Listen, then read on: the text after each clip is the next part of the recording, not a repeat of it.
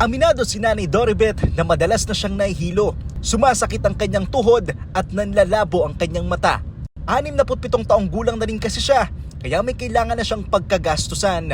Siyempre, yung maintenance ng cholesterol, yung siyempre mga kailangan mo sa mga pagkain. Kasi minsan may mga diet ka pang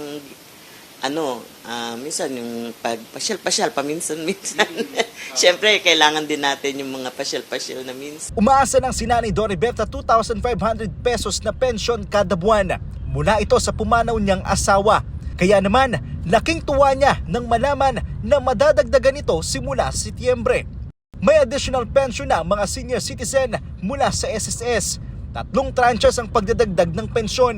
Simula sa September 2025, 10% ang idadagdag sa retirement at disability pensioners at 5% naman sa death or survivor pensioners. Gayon din sa September 2026 at September 2027. Ibig sabihin, makalipas ang 3 taon, pumapatak na halos 33% ang magiging dagdag para sa mga retirement pensioners, 33% din sa mga disability pensioners at 16% para sa mga survivor pensioners. Ayon sa SSS, layunin nito na matulungan ng mga pensioner sa kabila ng tumataas na presyo ng bilihin.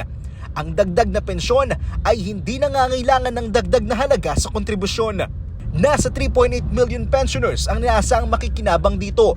2.6 million dito ay mga retirement at disability pensioners at 1.2 million ang mga survivor pensioner.